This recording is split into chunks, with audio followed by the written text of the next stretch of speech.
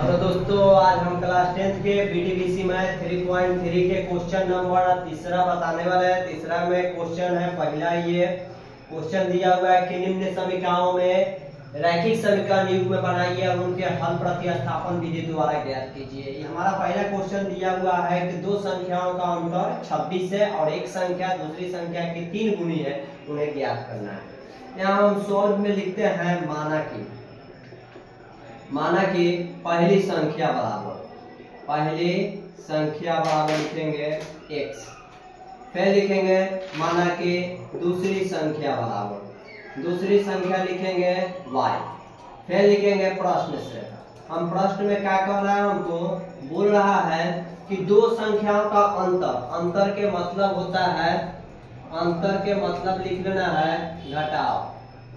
अंतर के मतलब घटाव। योग अगर बोलेगा तो हम लिखेंगे प्लस।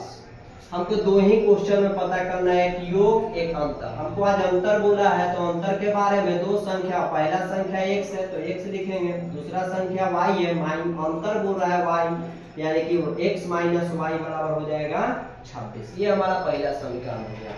दूसरा समीकरण में बोल रहा है कि इसका पहली संख्या दूसरी संख्या के 3 गुनी है, यानी कि पहली संख्या x हुआ तो दूसरी संख्या 3y, यानी कि हमारा दूसरा समीकरण। अब हम लिखेंगे समीकरण एक में x का मान रखने पर, इसमें रखने पर क्या करेंगे कि पहला समीकरण वाला है x माइनस वाई बराबर 26। x का मान दिया हुआ है 3y माइनस वाई बराबर 26। 3 में से 1 घटेगा तो ये बच जाएगा 2y, तो y बराबर 26, तो y बराबर हो जाएगा 26/2, यानी कि कट जाएगा तो ये आ जाएगा 13 बार, यानी कि y के मान हमको मिल गया कितना 13।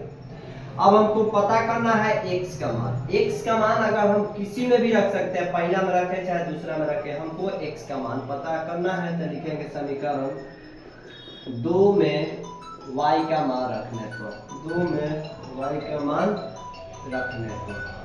इसमें रख देंगे 2 में रखेंगे x बराबर 3y, x बराबर हो जाएगा 3, y के मान हमको दिया हुआ है 13, x बराबर हो जाएगा 39।